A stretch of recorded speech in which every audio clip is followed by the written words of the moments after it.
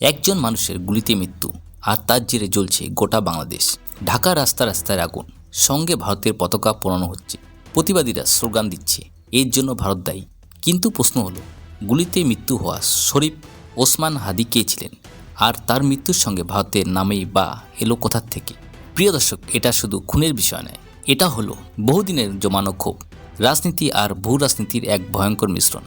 আজকের ভিডিওতে আমরা জানব শরীফ ওসমান হাদি আসলে কে ছিলেন, তার মৃত্যু কেন রাজনৈতিক বিস্ফোরণের কারণ হয়ে উঠলেও, আর কেন সেই রাগ গিয়ে পড়ল ভারতের ওপর।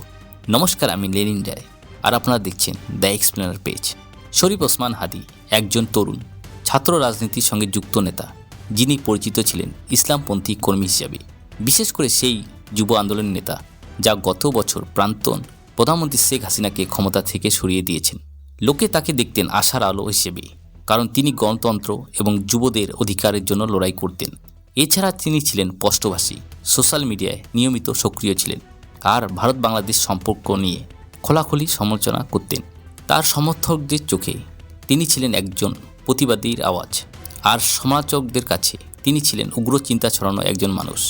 মানে হাদি শুধু একজন ব্যক্তি ছিলেন না, ধীরে ধীরে তিনি হয়ে উঠেছিলেন বাংলাদেশের বর্তমান সরকারের একজন প্রতীকী মুখ। আর যখন হাসিনা বিরোধী ছাত্রনেতা শরীফ ওসমান হাদির গুলিবিদ্ধ হয়ে মৃত্যু হয়, তখনই শুরু হয় জল্পনা। কে গুলি করলো, কেন করলো? আর ঠিক তখনই সোশ্যাল মিডিয়ায় ছড়িয়ে পড়ে একটাই দাবি, এটা খুন নয়, এর পিছনে বিদেশি হাত আছে। আর সেই বিদেশি হাতের নাম নাকি হলো ইন্ডিয়া, অর্থাৎ ভারত।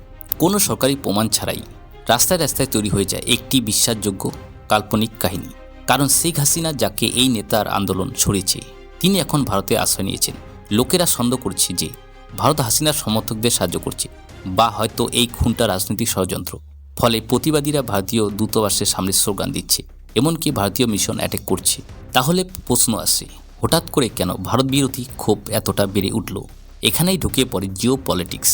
দেখুন, বাংলাদেশে ভারত বিরোধী নতুন কিছু নয়, এর পেছনে লুকিয়ে রয়েছে সীমান্তে হত্যার অভিযোগ, তিস্তা জলবন্টন ইস্যু, এনআরসি কা নিয়ে ভয় ও ভুল ধারণা, দিল্লি শক্তিশালী, ঢাকা দুর্বল, এইসব মানসিকতা। এই রাগ আগের থেকে জমা ছিল, একটি ভর্তি করা বন্দুকের মতো।